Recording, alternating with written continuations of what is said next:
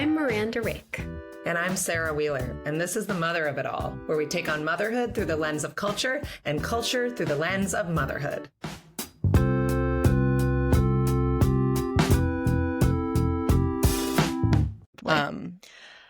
Hi, Sarah. Good morrow. Sorry. It was a long summer. Sometimes I remember that we're both all my social skills.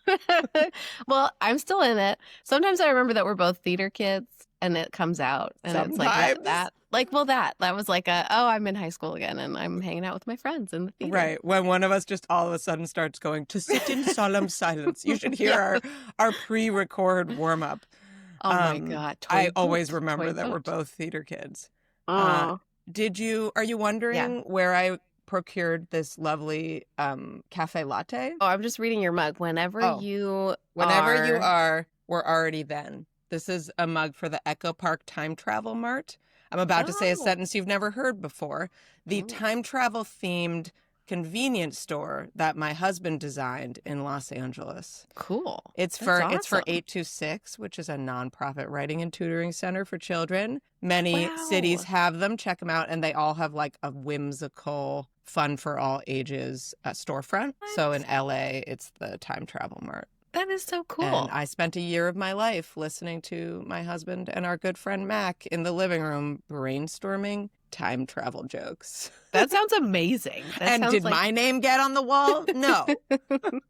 I had this bit where I kept trying to get them to do stuff about the Salem witch trials, and I was telling them it was like feminists and they had too many men in their time travel mart. But it became quickly clear that I didn't actually really know anything about it.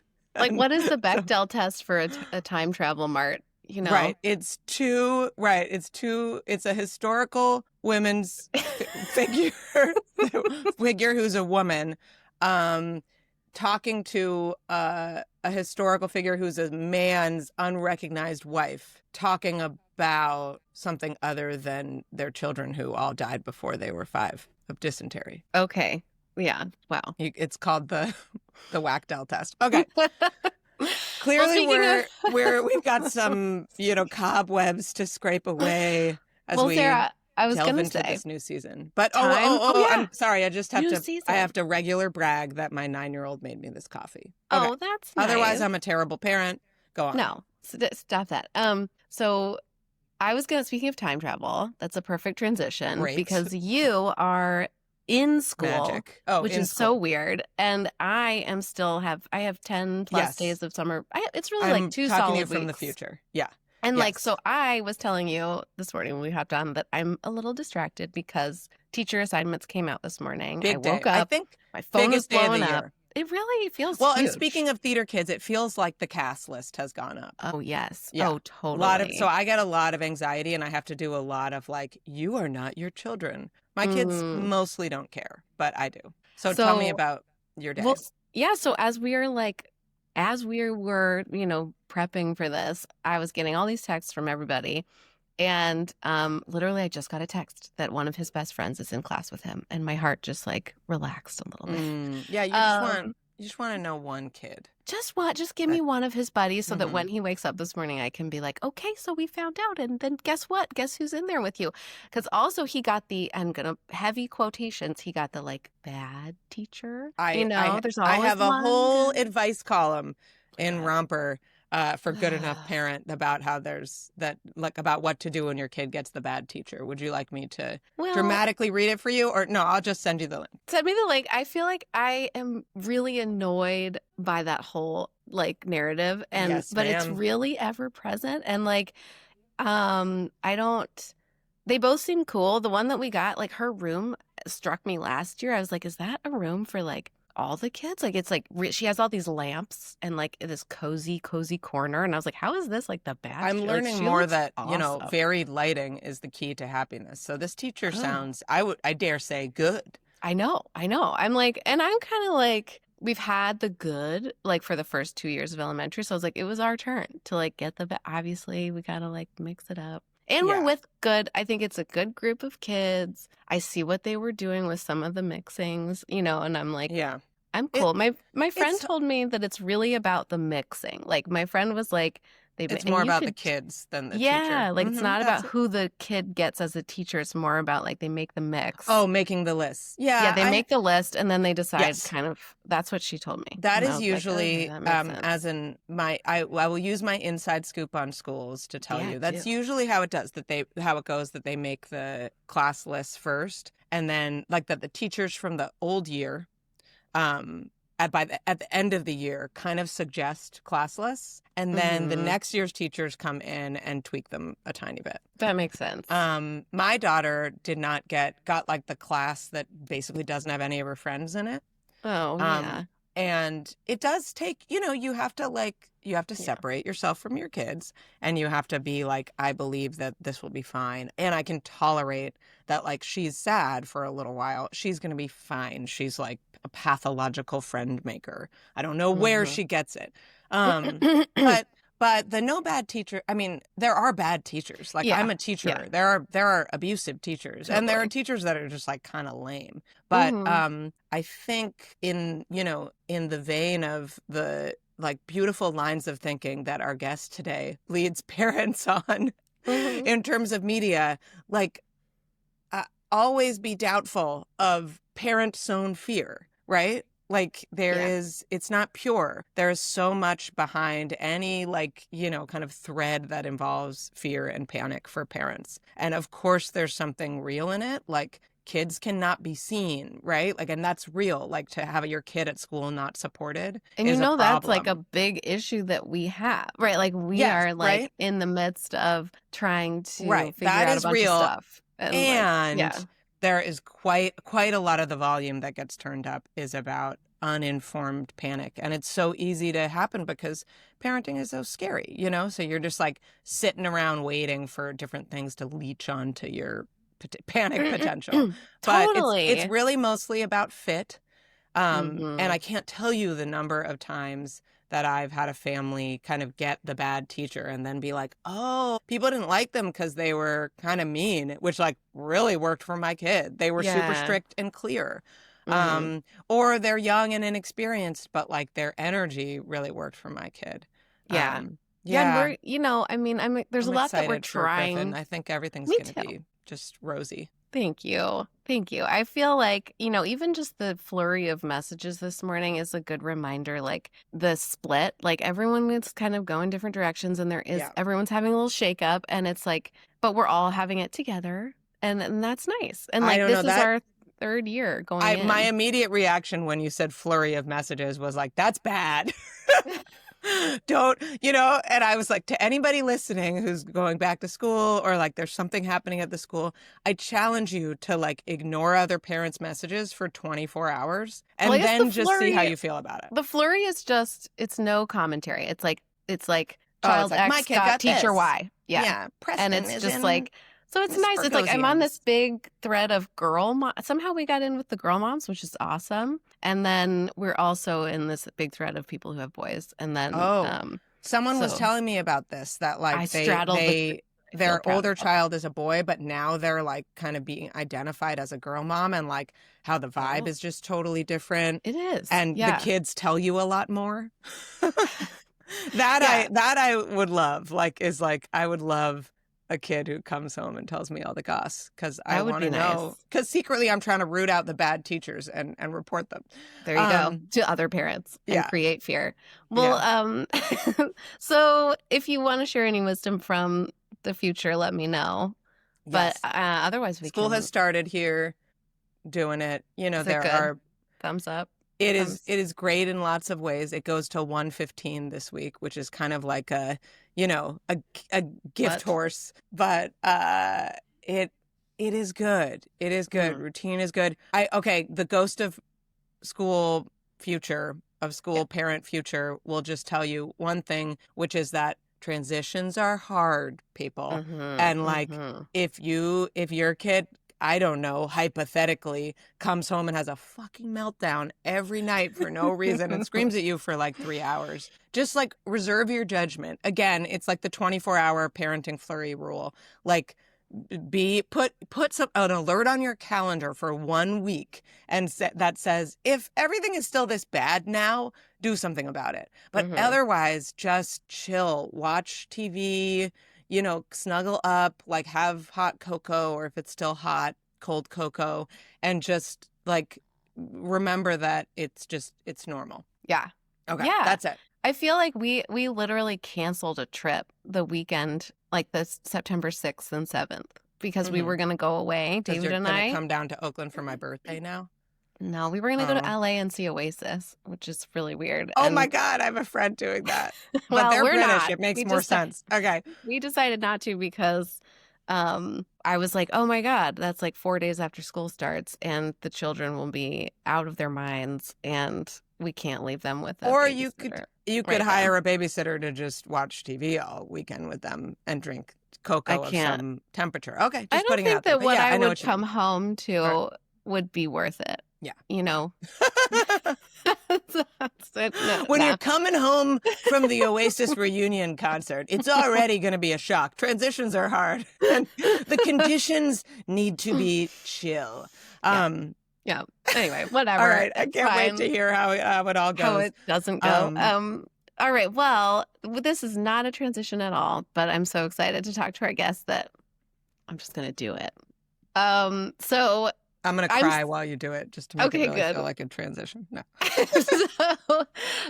So I'm already really excited. Today we have Kathryn Van Arendonk, who is a critic at New York Magazine, whose writing I have loved for a really long time. I get the magazine. Oh, I get it in print.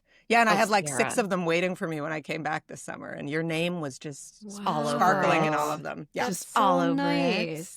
I only would ever aspire to write the way that you write or have thoughts the way you have thoughts about like TV shows. That's so nice of you.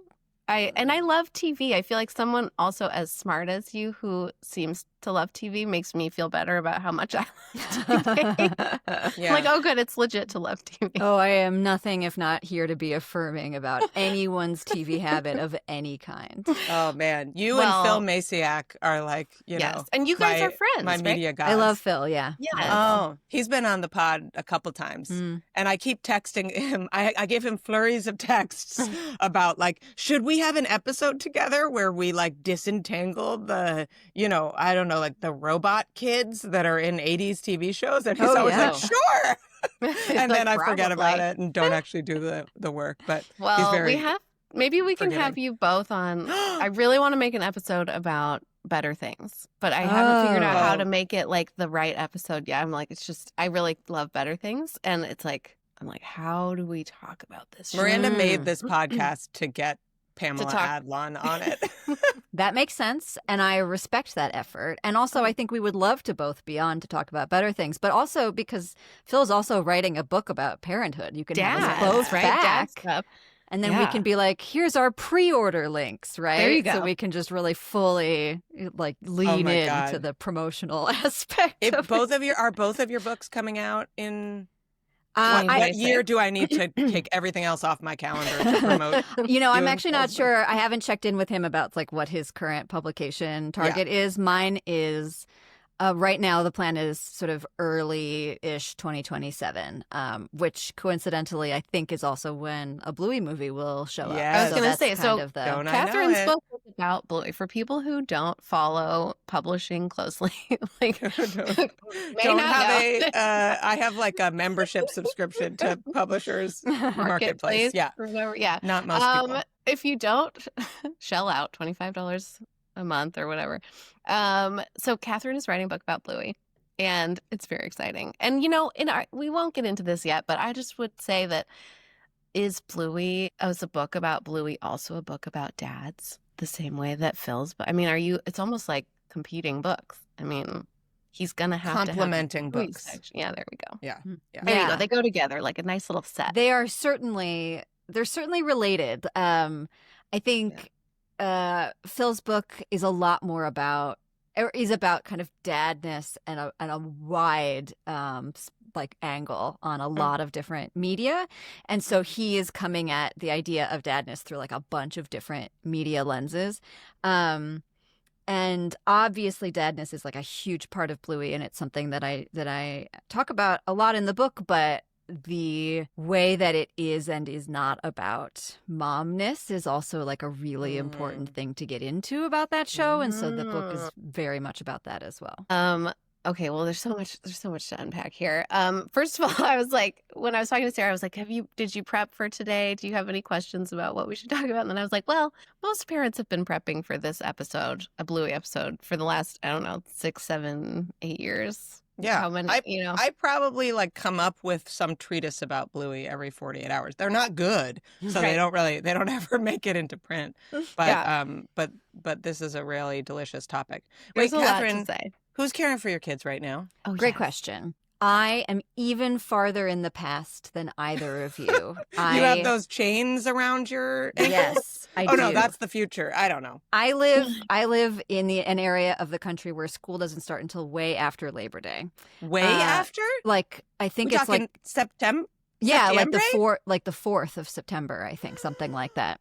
That is correct. And so I am still, both my kids are in a camp right now. One of them is at a sleepaway camp where she has been for almost 2 weeks. She's almost done. I'm going to pick her up over the weekend. My husband What age are we talking about? She's 11. Ooh. And so she's at a fine arts camp, which I am really happy about because all of the pictures that I have gotten from camp are just like weirdo kids with blue hair. And I was like, yes, this is exactly where I was hoping this was going to be. I want my daughter to wear a beret 100%. and kind of be like a egomaniacal. Yes. Yes. Genius. My friend and I were laughing a lot because we've been examining, obviously, as you do, you examine the pictures. You're like, okay, this kid seems to be friends with that kid. And is this group over here? And this seems like one bunk. We were laughing because there's pictures of them playing cards.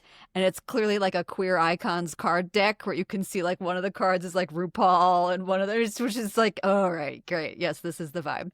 So that's where my older daughter is. She is 11. My younger daughter is 8, and she is at a day camp in our area right now. Next week, they are both in one of those terrible camps that is like, it only goes from like 10 to 2 or something, where you're like, what is this? Who is this for? Mm-hmm. There aren't bad teachers, but there are bad camps. There are bad the camps. ones that are like, it's $700 a week. Yes. Bring your own lunch and also all of, and a towel and like 4 swimsuits for some reason, and goggles and both closed and open-toed shoes and a water bottle labeled with their name and like 3 snacks and like 100%. But the snacks can't have peanuts or tree nuts or dairy. No crunchy snacks. No, right. And then, pickups at 12:30, and you get charged $20 for every minute that you're late. Yeah, especially but also if you can have a job. You can start lining up for pickup 45 minutes ahead of time. You better, or you won't make it by 12:30, and you will lose $200. I feel like my nightmare is like you get the email about the camp that's coming up, and then it's like the information could be in the email, but instead they want you to click through to their website, and somehow you have to remember your login to see like the 4-page thing of rules, and you're like, I am in Companion, Camp Minder, Camp In Touch, Camp something. Like I have 17 different camp applications that for some reason I have to sign, like give all of my information to so that I can like click on a waiver. Also, this is a complete tangent. I signed the craziest kid waiver I have ever seen in my life for one of these camp activities. I love the day camp. So a lot of times my kids go to this day camp that's in our area. I love it very, very much. They love it very, very much. But one of the features that they like very much is they go on all these field trips. Great. They get on a bus, they troop, they've been to every place with a chicken nugget in an hour radius. It's fantastic. But you have to sign all these waivers, right? You're like, they can't get on the bus unless you promise not to sue them first. I know it's not chicken. Right. Yeah, exactly. Yeah. And I got one where it was like, first we need access to your camera and microphone. And I was like, no. And then they were like, you can't sign the waiver. And then I was like, all right, fine. Here's access to my camera and microphone. And then the waiver pops up and my camera turns on, and there is a text next to it that I have to read into a recorded video with my own naked face to be like, I, Kathryn Van Arendonk, hereby promise I will never sue anybody, regardless of anything that happens in the entire future of my life or 7 generations into the future. Go. And then it was like the waivers out here are. That's insane. I was going to say, like, Jersey must have East Coast. I was thinking Jersey. Shit. Like, these sound like Jersey lawyers. Like, I don't mean that. Anyone who's listening who's a lawyer in New Jersey, like, I'm half mean to Jersey. You, I can say it. That's fair. Like I don't know Jersey what lawyers. this is. I grew up in the Midwest. Make them record it. I grew up in the Midwest where if you mangled your hand in a thresher, that was on you and everyone knew it. And you were like, I'm sorry, I've caused us all a little bit of inconvenience today.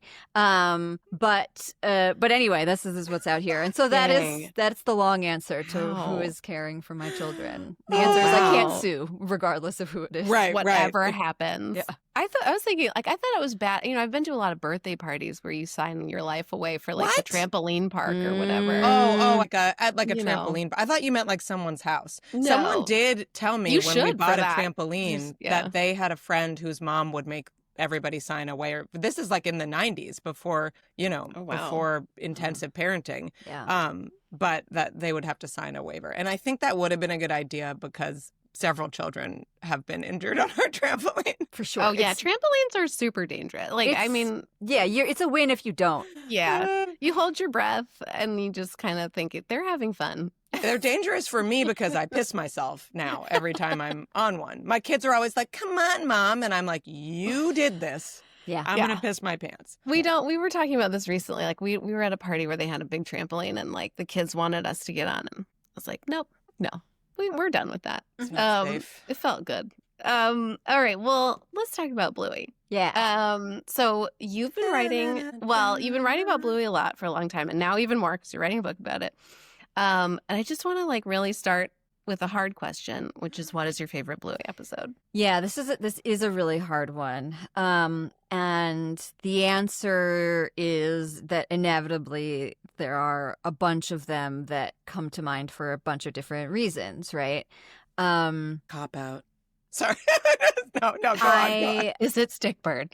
As long as you name names, I'm into this. I like Stickbird for a bunch of reasons. But I think there's like a group of Bluey episodes that are sort of artistic masterpieces. Yes. And then there are a bunch of episodes that are about emotional topics that like happen to coincide with your personality or issues that you've been dealing with. And so they speak to you very intensely. So an episode like Baby Race, like people hold it very close to them because it speaks to their experience in a way that is like, nothing else does in the same way. Or The Show, which has this moment of like recognition of infertility, like people find very, very moving, or onesies. And so there's sort of that kind of set of Bluey episodes. And then there are what I consider more like regular Bluey episodes that I think, which is already a little bit misleading because part of what is so appealing about the show is that there's not really a regular Bluey episode. Nevertheless, I think there are a bunch of those that I really love. So, of the artistic masterpieces, I think there's no question for me that like Sleepy Time is the most incredible accomplishment of the show, but that the one that I actually like the best is Camping. The one with like the French kid where they become friends, but they can't. Oh. Yes, that is the one that I think is actually for me, and I think for the larger thematics of the show, kind of the best encapsulation of why I think we all feel the way we do about Bluey. Of the ones that sort of speak to adult issues, like grown-up things that we have a hard time like wrestling with, I actually think Stickbird might be way up there. I do also think Baby Race, is something I felt a lot for my eldest kid, and I think we all feel for all of our kids in various ways. And then of the regular, again, quotes, regular Bluey episodes, I'm actually really, really fond of one called Bin Night, which I think doesn't. Oh, I love Bin Night. Bin Night is so good. Midnight rules. Yeah. It's one of my favorites. I'm always like, is it Bin Night? Like whenever we watch it, I'm like, is it Bin Night? What's like your top 3 or 5, Miranda? You don't get to give reasons. Baby Race made me cry. It was my first Bluey cry. It was like the first time I was sitting with them, and I was like, "This show's so good." And then and then you're just like, "I'm sorry, I'm sobbing," and it's totally fine. And then Bin Night was like the first time I got excited, and I was like, "Oh, the moon is changed! Like, look, guys, it's the moon, and she's noticing it." And then I realized, and then more I watch it, the more that's there, and I'm like, "Is this about neurodiversity? Like, is this about?" This episode's about so many things. And like the more I watch it, this little 7 minutes of, right, like you say, I mean, artistic accomplishment. It's just what they pack into 7 minutes is incredible. Mm-hmm. Yeah. It's like a haiku of a show. It is. Yeah. Yeah. Sarah, what about you? I think Grandpa is maybe my favorite episode. My kids will put it on to troll me. And they're like, "Mom, it's time to cry." That's the one about like the grandpa kind of aging and not wanting to age, and Chili kind of like resisting letting him kind of just like enjoy his life. Obviously, I would put that in your adult topics bucket. For sure, yeah. It doesn't hit the kids the way it hits me, though they like it, but it just destroys me. And then is it called Bumpy and the Wise Old Wolfhound? It is, yeah. Yes. That one is, I think, just like, so like as an educational psychologist, I have consumed so much literature that tries to explain difficult things to kids. And I think stories are really good for that.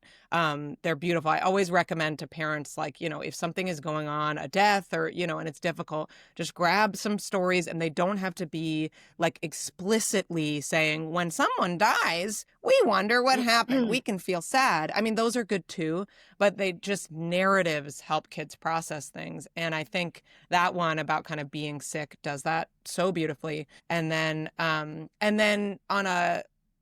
Army is one of my favorite ones. And that, to speak to the neurodiversity piece, I've written for Romper about how Army is about ADHD.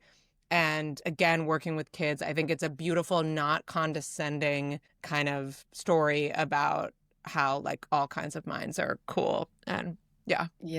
I gotta add the one with the bike, the one where she like, and then Blue and Bingo's trying to figure out the water fountain, and the all growth the mindset one. Yeah. Yes. The Carol Dweck, assisted growth mindset episode. That one, I don't like that one because I have a beef about growth mindset. But I do think kids should learn to do things on their own and be resilient. It felt like learning from Bandit helped me to be like, I need to back off sometimes. Yeah. Yes. It was lovely. So anyway, well, I think we could talk about this forever and ever, but let's get into okay, you've covered Bluey. You've been really sitting with it. How do you define the specific magic of this show? Yeah, I mean, as I was kind of getting at already, and we've been talking about already, it is a question with a lot of like very simple answers and a lot of very complicated answers, because the show is actually so shockingly expansive for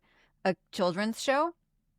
And I think you really can't understate how much that alone is like why adults love it so much, because the things that kids want often from television, the things that kids have a huge capacity for, are things that adults really don't like, which is repetition, clarity, like overt, constant clarity, and things like big, obvious, slow animation, and Bluey actually is like none of those things. And so I think it's just and it's not novelty all the time. Every episode is different. You truly never know what a next thing is going to be, and so part of the magic of it for adults is just like it is built like an adult show in a way that no kids show would ever do, should ever do, arguably, if you're like following the rules of what a kids show should be. Do you think it's a kids show? I think that it is a show that was made for and by an adult for adults, that the only way you can really make it is the only way you can sell it is as a preschool show. Yeah. And it's not that it's not for kids. Like, he very much wants it to be a show. Like, it matters a great deal to him that kids are entertained by Bluey. But it does not matter to him at all whether kids like learn from Bluey. Like, he could not care less if a kid. And we're talking about Joe Brumm. Joe Brumm, yeah. Who you interviewed, who right? is now done also, right? Like, yeah. So doing the movie, but then done or something? Sure. So the arc of this is that I first spoke with him for this piece that I wrote for Vulture that came out in 2021, which I at the time called like how Bluey became the best kids show of our time. And I was like, ooh, this feels a little bit like people don't even know what this show is. And I'm like, it's the best. And now you're like, yeah, I got it. Bluey, duh. Like, it's like the most obvious thing. So I talked with him and a bunch of the people who made the show then, and I then watched The Sign when it came out in 2024, and I watched it and was like, this feels like an ending. But oddly, they are not saying that it is an ending. What's the deal with that? And I wrote about it for Vulture again, being like, I think this episode has a lot of problems, unless it is the last episode, in which case I love it. That's like the long episode. This is like kind the of about them the moving. Sign is the and, moving sign, right? Right. And the circling back to Stickbird, it's like it felt like he was saying, like, this isn't mine anymore. 100%. Yes. And like, it felt like a letting go. And I was getting nervous because it went to Disney. Yeah. And I was like, oh God, they're going to like Disney it, and he's going to step away, and they're just going to run it into the ground. Yeah. Well, whatever. So then I watched The Sign, and I had written that piece, and I started to get like some requests to like talk about it, because everyone was like, what's happening with Bluey? And I remember taking a shower, which is how so many ideas suddenly happen in your brain. And I was like, oh, shit, someone's going to write a Bluey book and it's going to be bad. And I was like, oh, shit, I think I am writing the Bluey book. Like, I just think that this I might have to try to do this. This is how heroes are made. You're like, someone's going to do a job and it's going to suck. And if I'm going to prevent it, I got to put on my cape. I mean, really famous last words before the book fully exists, and you don't know if yours is the one that sucks, but this is how we have it to. Won't be. Every book sucks to someone, but that's so true. There you go. Yours won't to anyone. No. Yeah. So I pitched the book and I sold it, but I did have to at the time say like, they are not talking to a lot of people right now. I think probably because this was before they'd announced the movie, because they are, they don't want to say whether there's going to be more of the show or not. And like the whole future of what this enormous global franchise is kind of rests on this thing that they don't really want to talk about. And obviously it's going to be everyone's first question. So I can't tell you if they're ever going to talk to me again. Like, I don't know. And the book was pitched and sort of built, and all of my sort of outline of what the book was going to be had to be based on these, like, maybe they will be involved with this, but maybe not. And then I was really fortunate that I was able to get in touch with Joe Brumm and then talk with him. My family actually went to Australia for spring break this year. I was like, hey guys, guess what we have to do? Which happily I have an incredibly supportive and loving husband who was like, great, let's all get on 24 hours of a plane ride. And did you go to Bluey's house? I was going to say, you can Airbnb it's it, real, right? Did you stay there? You used to be able to Airbnb it. I don't believe the Airbnb what? is I'm still... joking. No, what that was a real thing. They did develop an Airbnb house that was like Bluey's house that you could go stay in. But it was never like a real, like, this is the house that it was actually based on. It was a house that they sort of remade to be in the style of it. I would pay to spend a night at that school. That Waldorf school. Yes, 100%. That place is dope. But it's on like 100 acres. Yeah, it's gorgeous. Yeah, so we went to Australia, we went to Brisbane. My kids spent time running around and like taking pictures with a bunch of Bluey locations and stuff. And then my husband went back with them, and I stayed and spent some time talking with people who make Bluey, Joe Brumm mostly that time. And I have been able to have a lot of conversations with people since then over Zoom, which from a parenting perspective, I don't recommend, because all of those conversations have to happen at like 9 p.m. or like 6 a.m. Or like this one well, I guess this is good for you. Yeah. This is great for me. Thanks. Yeah. Anyway, so the book includes a lot of that material now as well. And the situation that I have come to understand, which I think is something that still, Brumm has begun to talk about a little bit publicly. I saw he was on like a red carpet maybe a week or two ago, was that he has stepped away from the show. He announced that he would be leaving the show, but he did write and is working a lot on the movie.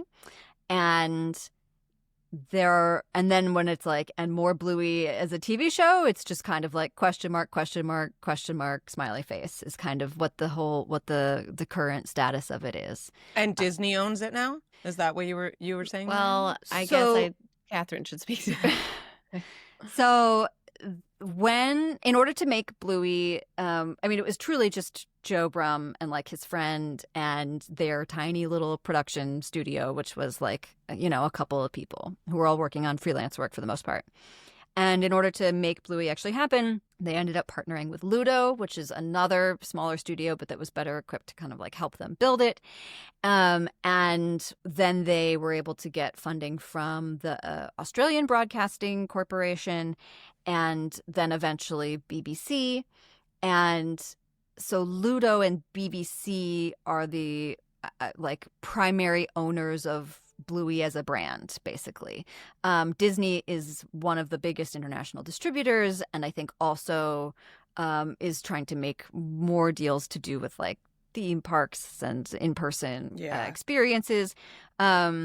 But Disney is, and I think movie distribution is still, the last I heard, I think it was Disney, but I'm not sure exactly what the arrangement of that looks like, how much of it is they own versus they are distributing. But the BBC and Ludo are the owners of Bluey as a product, basically. Still. Yeah.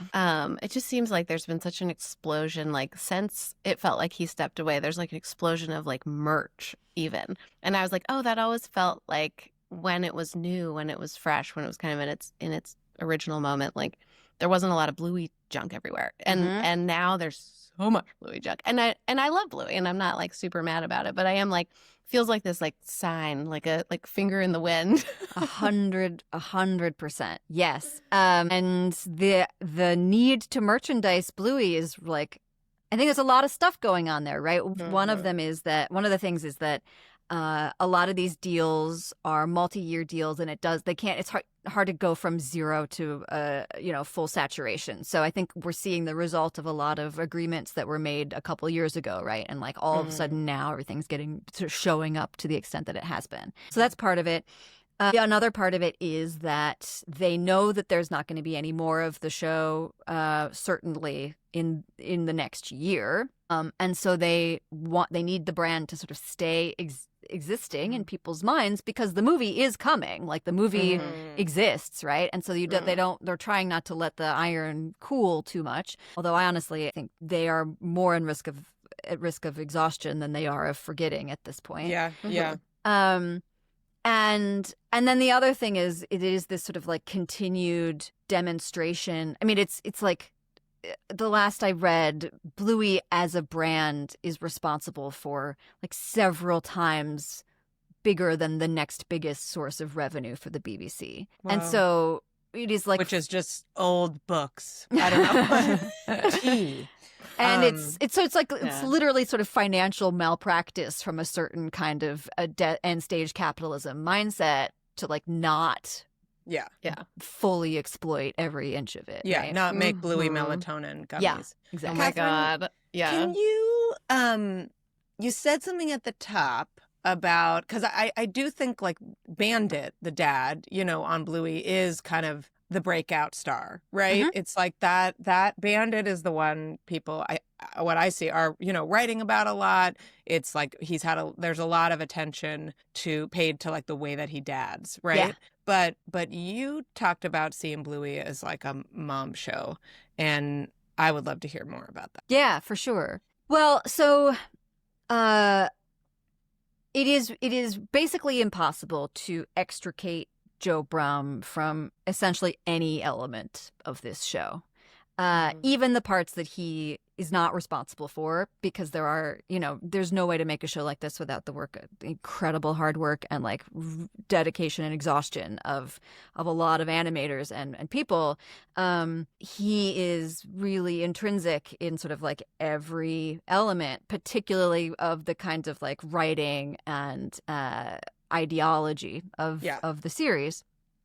And Bandit is very much a kind of wish fulfillment version of him, as I think like a super legitimate way of reading that. And I think there is something really honest about that, in the same way that like we have become quite skeptical about and concerned about whenever people write from a perspective that's not theirs, and then we celebrate people writing sort of from their own reality. It makes sense that Bluey is like from his perspective, and that he's not attempting to like be like, here's what it means to be a mom, right? Like he does some of like there are a lot of elements of the show, particularly as it gets into like season 2 and 3, that are getting into that space more, but it makes total sense from a just like sheer autobiography and like writing from your own truth perspective, that like that's what Bluey is. I'd rather have men write from their truths about being like fun dads than, being like investment banker assholes. So yeah, it's like, oh God, for me. I'm Don Draper again. Exactly. So sad. I'm so sad. I'm gonna stare. Look, I love Mad Men so much, but like I'm gonna stare. I know. Phil's probably like, wait a second. I can't imagine Bandit finger banging anyone. Yeah, but I bet some people do. You know what? Probably. I bet there's a lot of Bandit porn out there. Okay, go on. Oh my God, I'm just, as you say all this, like I'm being flooded with like, this is a Bandit episode. This is a Chili episode. Like I'm thinking about Relax, and I'm thinking the beach about one. Yes, where she's like just trying to get to the beach. And I'm like, that right. was the most called out in a piece of television I think I've ever felt in my life. You needed to process that a lot. We talked about it for like easily an hour. I just really I think about it all the time. Like I do that all the time in various ways. Of course. I mean, and then the 20 minutes one, like when she just needs 20 minutes. And then, I mean, that's another one where I cried when Wendy, I was like, I'm going to love Wendy forever, because Wendy's just the neighbor, and she takes over. She comes in and she's like, what's going on here? And then she figures out, and then she's like, oh, come play at my house. Yeah. And then Bluey says something about like, my mom doesn't like us, or she's mad at us. And she's like, that's not true. And like, bam. Wendy. And I'm just like, Wendy. I want to be your Wendy. She's a saint. Oh my gosh. How do you see this much. all? Yeah. Like, what pattern do you see in this, Kathryn? Well, I think I see a show that realizes after the kind of first set of episodes that it produces that it has created this, I'm going to say bias, but I don't mean that in a bad way, like that, but that it is coming from this incredibly angled perspective of how it is approaching parenting. And that you do see these episodes that are like Pool, where they are about how much the mom saves them all the time, but even in doing that is this kind of admission of like, and that's her role, and like she does it, and like I understand that I'm a dumbass, but that's not really taking responsibility for like fixing any of this dynamic. And so a lot of that is early in the series, particularly in the first season, and then as it gets more into the second season and the third season, there are more of these episodes that are like Sticky Gecko, like, wait, what are the things that this other person in this marriage, I mean, asterisk my versus this, is experiencing, right? That are different than the things that Bandit feels. What are Chili's preoccupations? What are the things that are anxieties that are really intense for her, that for whatever reason Bandit is not as engaged in? And they are a lot more generous toward like this as a really devastating and important and dramatic element of like how Chili lives in the world and like emotionally exists. Is there an episode that you would like think of as embodying that? Sticky Gecko is the one that I think is like first, the moment the show goes like, wait a second, what if a mom is feeling differently about her relationship to like her kids' emotions, and what and her need to think about also what other parents think about, which is a whole thing about Bluey that I think is really fascinating. And then you also, I mean, so sleepy time, the existence of sleepy time is everything that I love and everything that I am a little bit in dialogue with. I don't want to even say frustrated by, because I'm not frustrated by, but like the way that it says that like motherhood is this intense, like special, separate connection. That what is that episode again? So sleepy it's the time. One where I nodded pretending I knew what you were talking about earlier, but now I'll admit.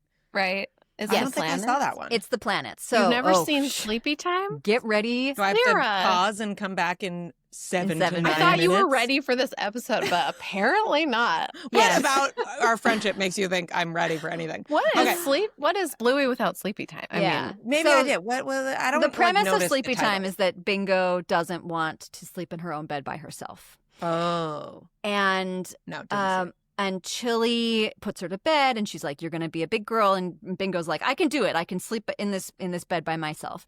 And she falls asleep, and she has her little bunny toy, Floppy Bunny, and she has this dream that she is in a planet, and the planet kind of cracks open, and she's there with Bunny, and as she's like doing things in the bed, like she's sort of rolling over and running around, like doing all the crazy kid flailing that happens in a bed.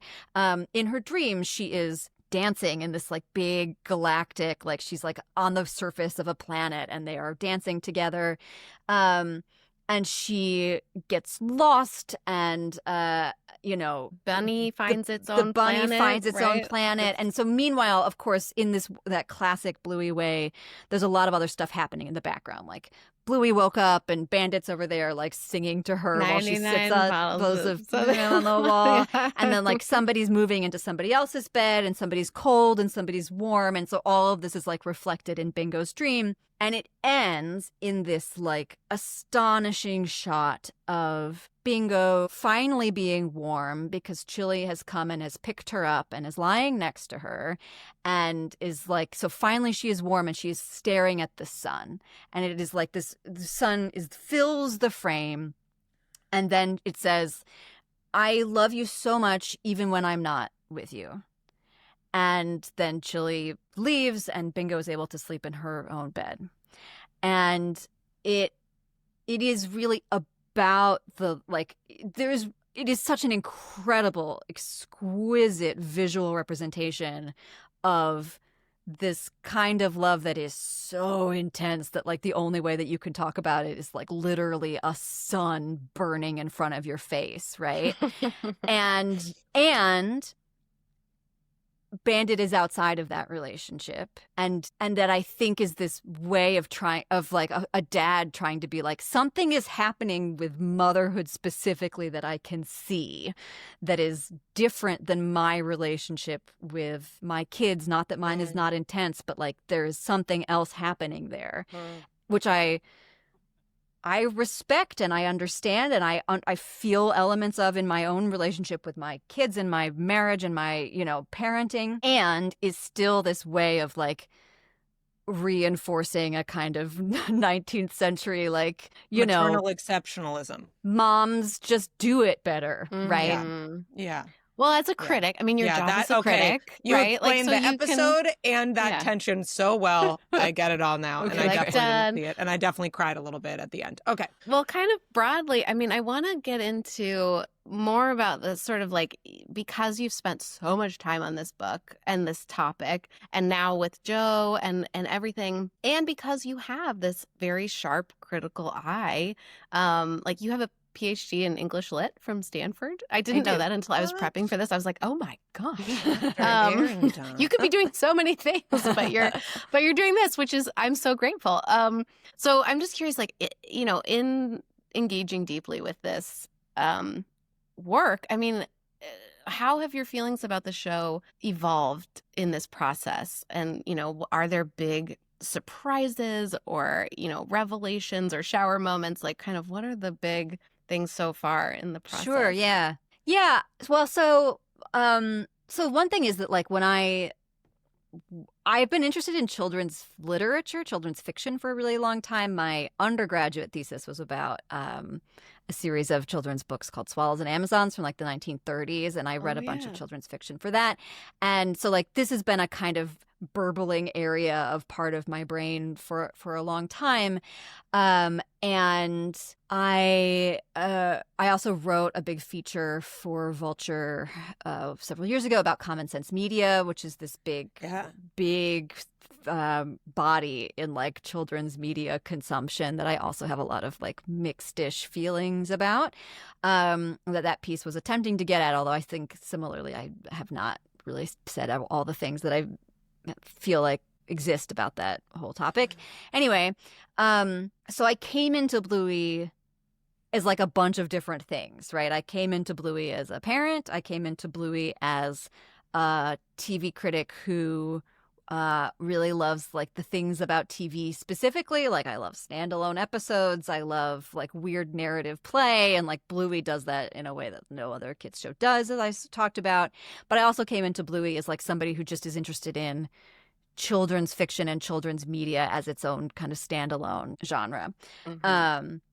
And so the book is really designed to come at the show from all of these different ways, right? Like it's not built as like a behind the scenes, this is how the show is made, although some of that is in there. And it's not like, here's how you parent Bluey style, although like, which is also counter to the whole spirit of Bluey. Oh, that's the book I'm going to write, because someone's definitely going to write that book bad, I could write it worse. Yeah. There you go. I will say, when I was a lot of money. When I was selling the book, my agent was like, are we sure that's not this book? And I was like, I know. I was like, I'm sure someone pushed you to be like, what if it's the Bluey guy? And I was like, man, oh wow. Yeah, anyway, although again, like I think it's not hard to sort of see those things in what the book is doing. Sure. Yes, we've all learned parenting lessons from Of course. I'm surprised people don't talk more about Bluey parenting, because they're always trying to be like the something parenting, and I feel like the reason that they don't do it is that nobody wants to actually be banded. It's exhausting. Yeah. A. B. Yeah. Bluey parenting, for the most part, is actually unstructured play, Waldorf Steiner style. Mm-hmm. Yeah. B. And then C, like, it is a show that is really constantly, like, almost looking directly into the viewer's eyes and being like, I'm not teaching your kids anything. This is not for them. I don't care what they learn specifically. They go play. Like, that's kind of its whole deal. And so Bluey parenting, I think, is a hard... it's a more complicated lesson than, like, you know, FAFO parenting or whatever. Which is why we love it. Oh, I'm so mad about that. Anyway, yes. Right. Whatever. So in the sense of like what the surprises are that I've discovered, they are all along those different sort of veins, right? Like, I fell down a whole Waldorf Steiner well and started to see that in the show in a much more intensive way than I had before. And was like, oh, actually this entire show is like a Waldorf show. And what does that mean? They might as well be knitting. Calypso does finger knit, actually. Yes. Oh, yeah. Does Joe Brumm's kids, do they go to a Waldorf school? They do. Yes. And that's actually like a really important piece of the genesis of the whole show, and that I talk about more in the book. But Joe Brumm's eldest daughter went through a period of school refusal, and their need to be able to find, eventually they sent her to like an alternative education early childhood program that was the thing that helped them all through a really difficult period in their life. And so there's a whole section, like I have a whole chapter that's basically about like how those elements are reflected in the show in a way that I really...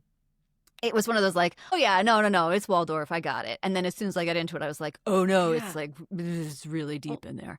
Well, there's those little like thinking about just kind of, is it Joe Brumm's life? Is it not Joe Brumm's life? Like, you know, there's a lot of chatter online. Like, if you ever go to the Daniel Tiger conspiracy Reddit. Oh, and I do. I'm sure you do. Whoa.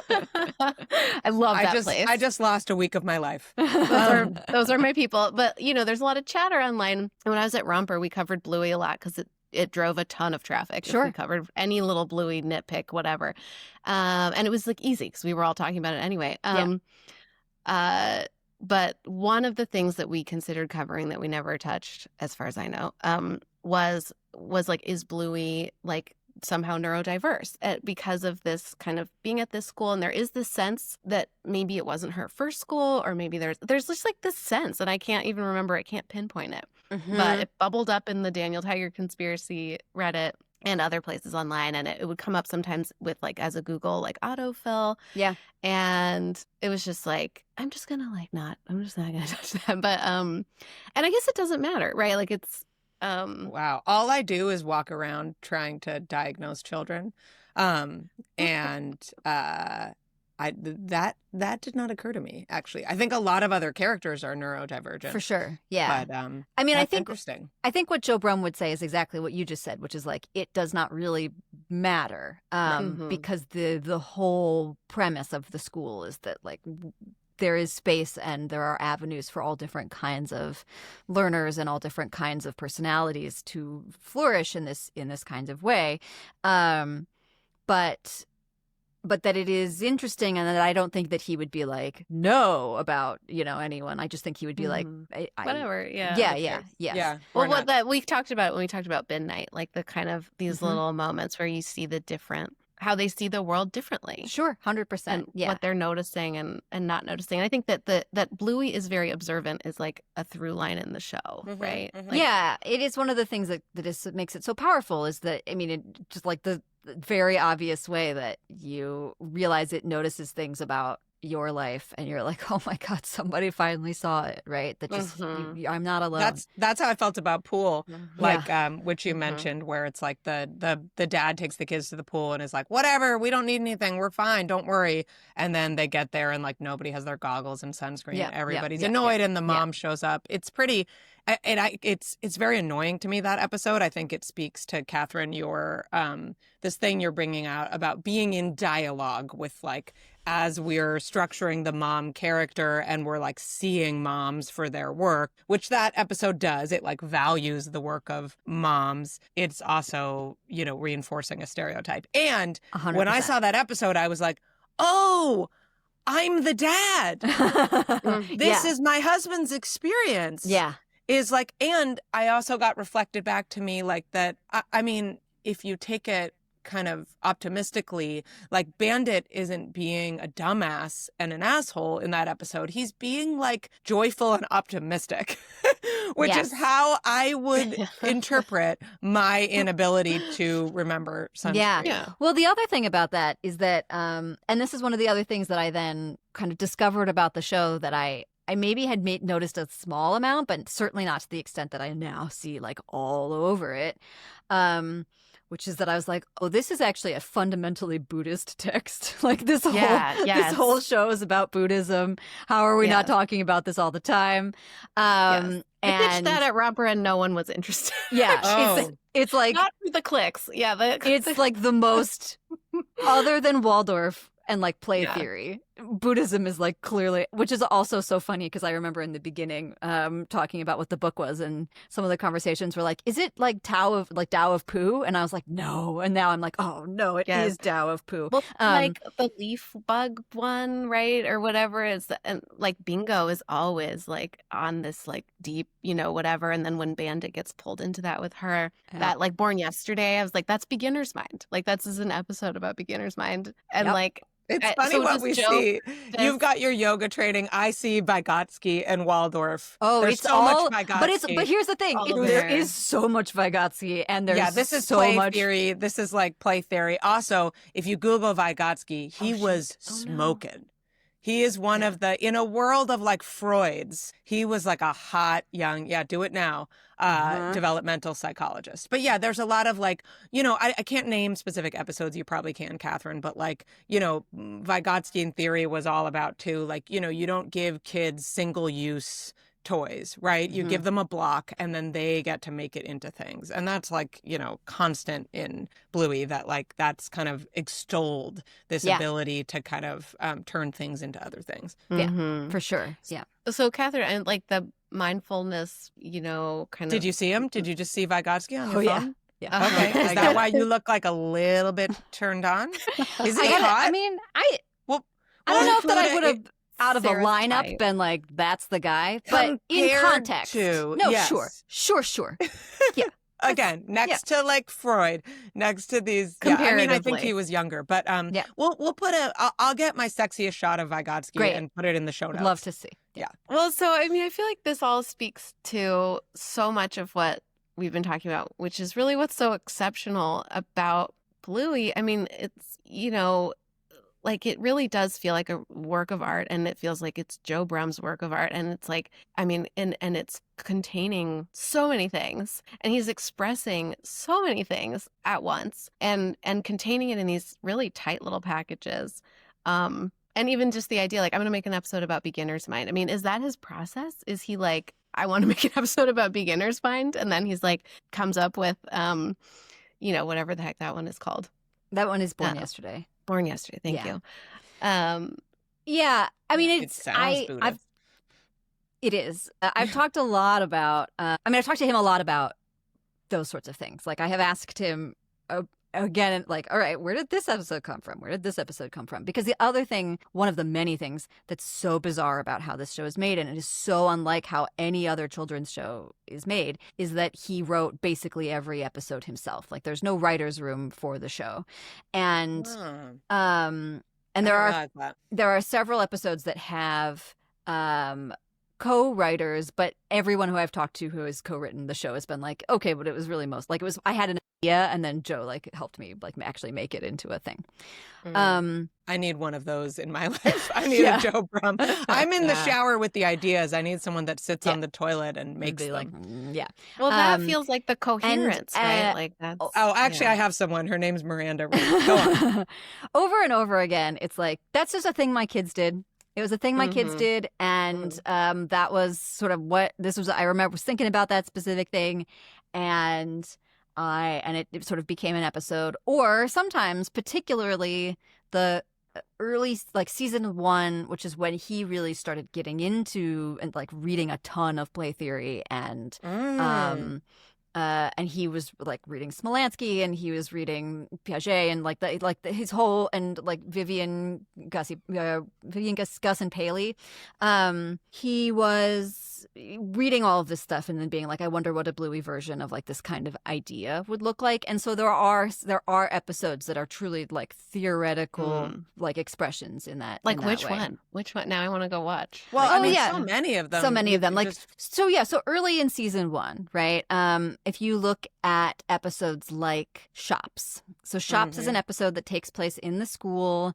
It's all outside, and it's just Bluey and a bunch of her friends, and they are sorting through.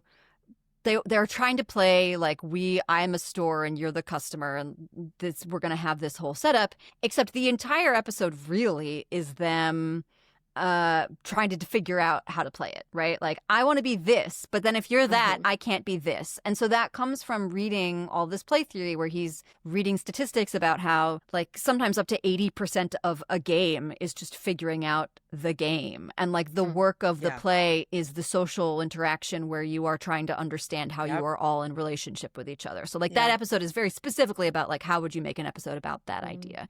Or Hotel, which is another fairly early season 1 episode, where Bingo gets frustrated because Bluey gets like the fun role in the game, and Bingo feels like she's been left out, or she can't do the role that she wants, and so then she leaves. She's like, I don't want to play this game anymore. Bluey then decides, like, actually the more fun thing is for the game to continue. And so the way that the game continues is that I share this role, which is a very play theory approach to sharing. Not like it's good to share and so we share with each other, but like the goal is the game. The game ended because we couldn't work out this interaction between each other. I will understand my role in continuing the game by sharing this role with this person that I want to play with.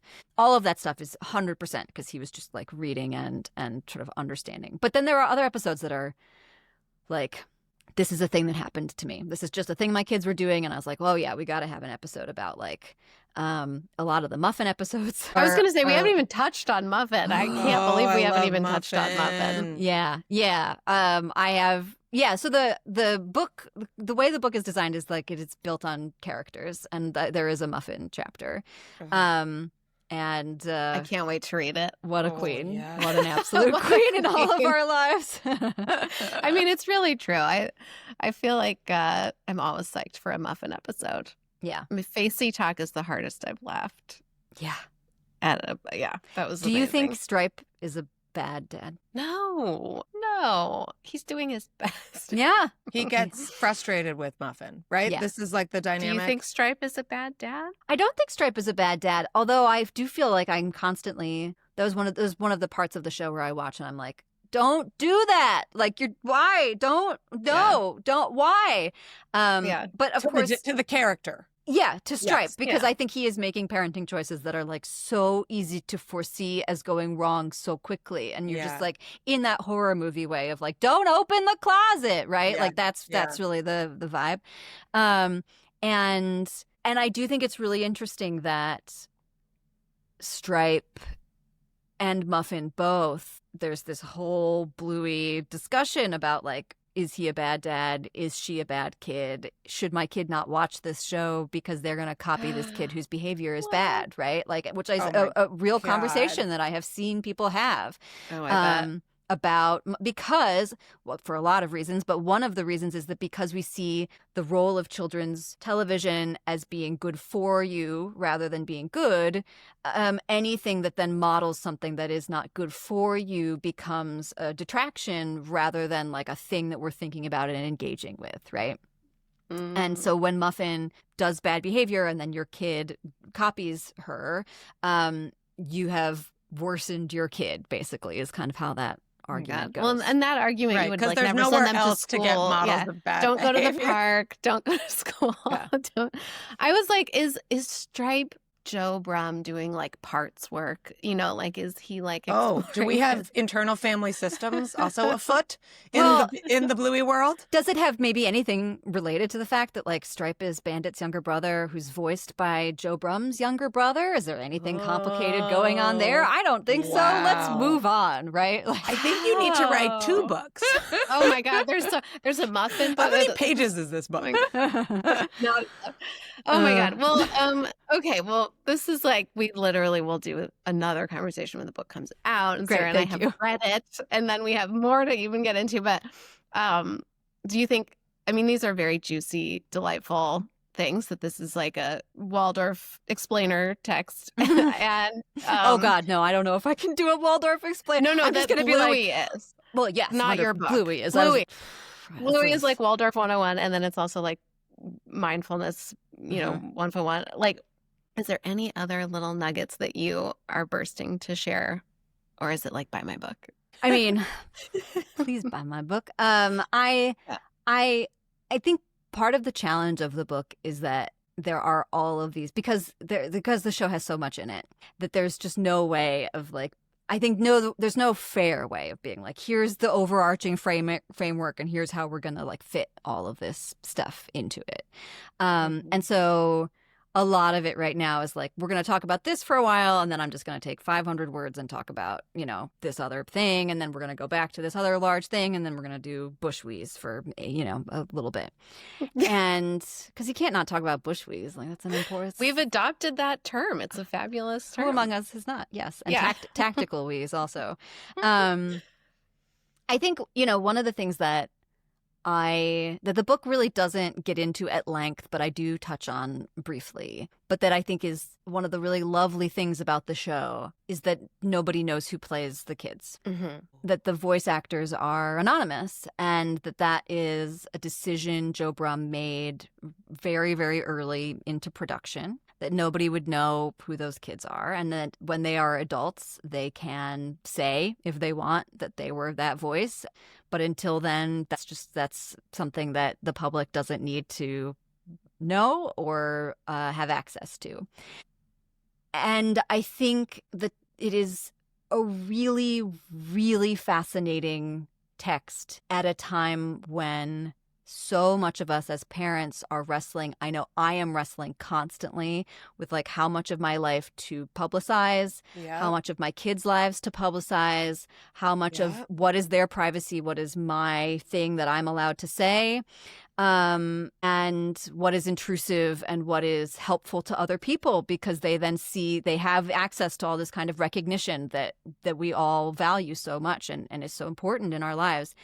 And so I think Bluey it is truly hard to overstate how much Bluey is like Joe Brumm's family album, because of how deeply it is rooted in his life, his family's life, his kids' interactions with each other.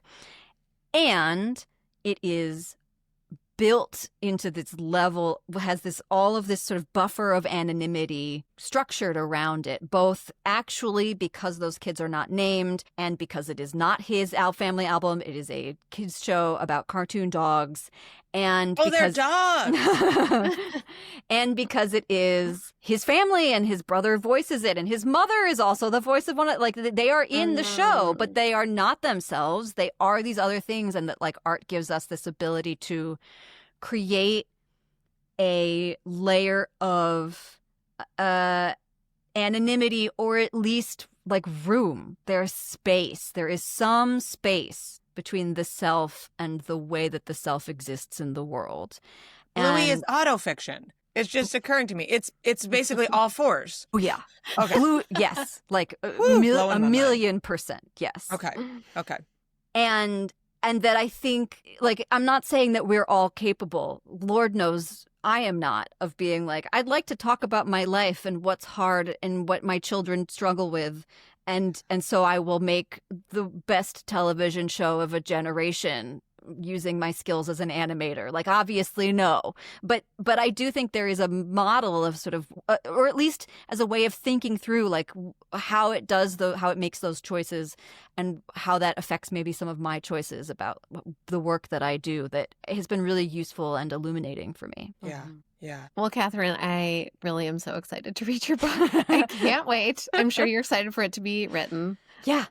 And done. Yeah. Could you just send us like chapter draft? I feel like, we get galleys, it is a great gift of doing this work that we get sent books before they come out. Usually it's like a couple months, and my kids are really cute about it. They're always like, is that a book that hasn't come out yet? Yeah. And I'm like, yes, it is I do not make any money on this project, but it is my one flex.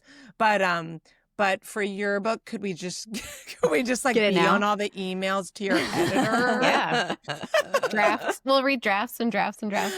I just want to read the transcripts of your interviews with Joe. I just want to read all of that. No, I think your curated version is enough for me. But Kathryn, do you have any other culture recommendations? For our listeners, either in the kind of experiencing with your kids space, or the adult space, or in the adult space.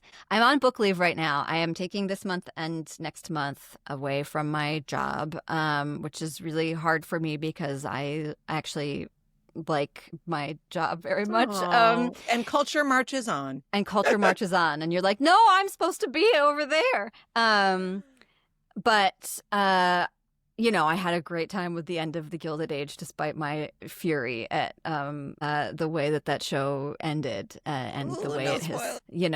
I'm so mad about a thing. Anyway, I already posted that. You can go read what that is. That piece already. That was like the last thing I did before book leave. I was like, I can't go before I yell. So that's up. But I do really love that season. Yeah. Okay. What else I have heard that I should watch that. Everyone loves that like show. Gowns. I know, we need to watch it. And Gills. Gowns. You like Gowns, and you're not watching Gilded Age? Jane Austen is easily my favorite author. And you love the Gowns, yeah. I know it's a different style of gown, but this is like bustles and stuff, right? Yeah, it is.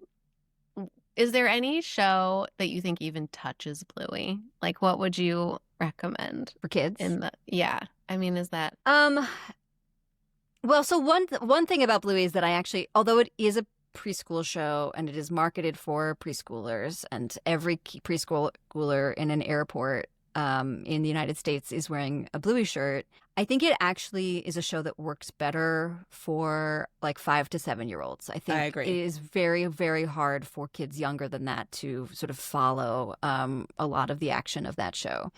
And one of the things that I have realized as my kids have gotten older is that there is this really challenging space where you have kind of aged out of a lot of these really juvenile shows, but you're not yet ready for what most adult shows are, not in the sense of like it would be bad for you, but like this just it doesn't relate to your life, and you're not interested in what these boring grown-ups are talking about all the time. And so it's been really fascinating trying to figure out like how you move out of sort of preschool shows and into shows for older kids. I really cannot recommend Steven Universe highly enough for kids who are in that like 8 to 11 age. I think it is an incredible and not for kids, but very accessible for kids show about family and about like a lot of coming of age stuff and puberty without gross puberty stuff, like themes of puberty and adolescence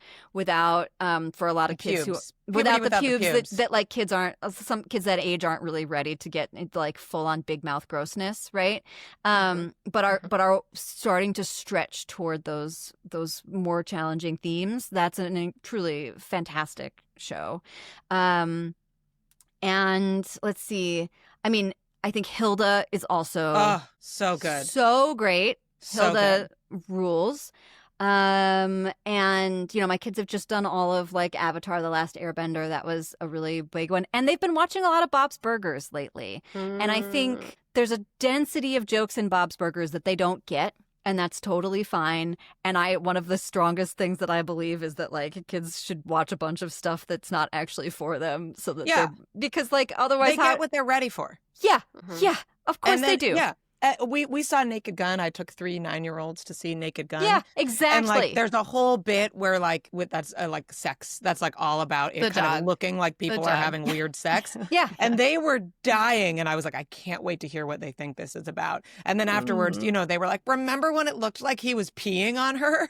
And you know, they get what they get. Yeah, and they don't get upset. It's good to know, Sarah, because we saw that this weekend, and I was like, the kids would not the 4-year-old, but our almost 8-year-old. I was like, there was like 60% of this movie that he would laugh so hard at, and then there's like this decently big chunk that would just go over his head. And I'm like, maybe that's fine. That's I mean, remember watching like, you know, like one of our favorite movies as a kid was Parenthood, the Steve Martin movie. Oh yeah. And I watched that when I was like 6, and I was like, this movie rules. And then like I would watch it, you know, because it was one of the only movies we owned, you know, I would watch it at like 9 and 12. And then as an adult, and like they're kept kind of more kept being unlocked. But it wasn't like, you know, there's a whole dildo scene, and I was like, this is hilarious, but I didn't know why, and that's fine. It's not. I think maybe to get to your common sense media piece, I don't think it's like a problem that I was exposed to a dildo. I wasn't exposed to sex. You know what I mean? Like, right? Yeah, it's different. Exactly. I watched great. I watched Grease with my kids, and Yes. I, as a 40-year-old woman, was like, I understand this line for the first time in my life. Right. Yes. Wait, which line? I completely did not. Well, I haven't watched it. I want to be clear. I think 10 years ago, I also would have gotten it, and I have not rewatched Grease since then. But I think there's I mean, it's so basic. It's like Rizzo being like, "What's up, Kaneki?" And then Kaneki goes, "You know." And I was like, and like, you know, my kids are like, I don't know what he's talking about. Or she jumps in the car and she's like, "What is this, a gangbang?" Because there's like 5 guys in the car. Again, I was like, gangbang. No idea. Right? It didn't make me want to have a gangbang. No. At 7. Yes. No. Yes. Yeah. No. So, well, anyway. you wrote this beautiful piece like a week ago or 2 weeks ago about letting your kids watch TV. It's literally called Let Your Kids Watch TV, It's Fine, featuring a photo from Whale Watching, yes, that which is is the Hangover episode of Bluey. Mm-hmm. And anyway, it was a delight to read. It was like very inspiring since everyone is watching a lot of TV right now. I wanted to appreciate you for that peach, Kath. You're also quite a peach, but for that piece, because my son has just gotten into a show. I refuse to like actually learn the name of it. It's like Bear and the Lemmings. Are you aware of Grizzy? this? You're talking about Grizzy and the Lemmings. Grizzy and the Lemmings. Love it. Yeah. It's like 7 minutes. It's kind of like Tom and Jerry-ish, or like Itchy and Scratchy. It's just like a big bear, and the lemmings are like his friends, but they're also trying to get each other all the time. I would say and they like bang, bang, bang, dang, dang, dang, fight, fight, fight, bite, bite, bite. And the animation is just like you described, and it makes me fucking crazy. Yes. And I hate it so much. It is silent. And There's no yeah, okay, fine. But it's not like Buster Keaton. But wait, maybe it is Buster Keaton. But when we first were exposed to it, like one is exposed to a virus at our friend's house, the dad was like, "I'm so sorry. I hope he doesn't now catch this virus of the show." And he did. Of course. And he asked me if I wanted to watch it with him the other day. And I was like, no. And he was like, why don't you like it? And I explained it. And then I was like, but I don't want to yuck your yum. Yeah. Like, I like that you like it. And your piece helped me do that. And be like, I don't have to judge my kid for this media. And why would I? And you are right that like a good critic, the reason that I never could stand David Denby in The New Yorker was I was like, this guy only thinks that films that were made for him are good. And he will write a whole thing about how, like, you know, he thinks Bridesmaids is stupid or whatever. And I'm like, it's not for you, ding dong. And a good critic, like a you or a Phil Masiak, you know, just loves media or A.O. Scott will say, A.O. Scott wrote this beautiful piece about Hot Tub Time Machine. Yeah. And it was like, it was so respectful to be like, this movie set out to accomplish something, and it does. Yeah. And maybe it's not, you know, and it doesn't matter that it's not like Schindler's List. And so why would I want to do that to my child and the bear and the lemmings? I can accept it. And I can be like, I love media. I can be like, enjoy it, baby. Yeah.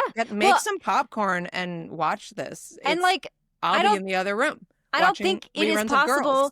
I don't think it's possible to develop good taste without watching a lot of terrible things also. Like, I think it is unreasonable of us to expect that our kids are going to turn into people whose taste that we respect, not even agree with, but like respect, without letting them really trawl through the trash, right? Like, this is how we all learn and grow. And great point. It's like the choice also of it, the ability to watch it and then be like, all right, I got it. Like, that's growth. And you can't get to that place without you watching a bunch of it and being like, all right, I think I've exhausted this in myself. And then you can move on, you know? I really appreciate that. Well, on that note, thank you so much, Kathryn. Thank you. Please come back when the book is ready, when you're ready. Please have me.